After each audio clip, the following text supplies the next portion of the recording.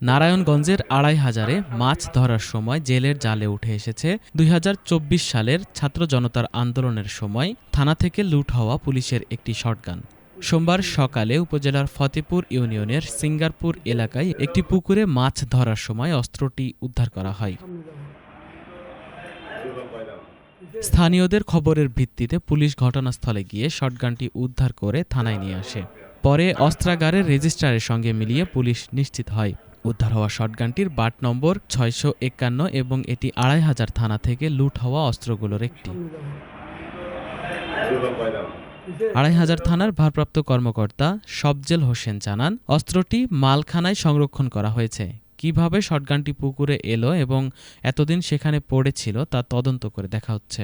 নারায়ণগঞ্জ পুলিশের অতিরিক্ত police super Tarique আল মেহেদি বলেন, লুট হওয়া বাকি অস্ত্র উদ্ধারে অভিযান ও অনুসন্ধান অব্যাহত রয়েছে।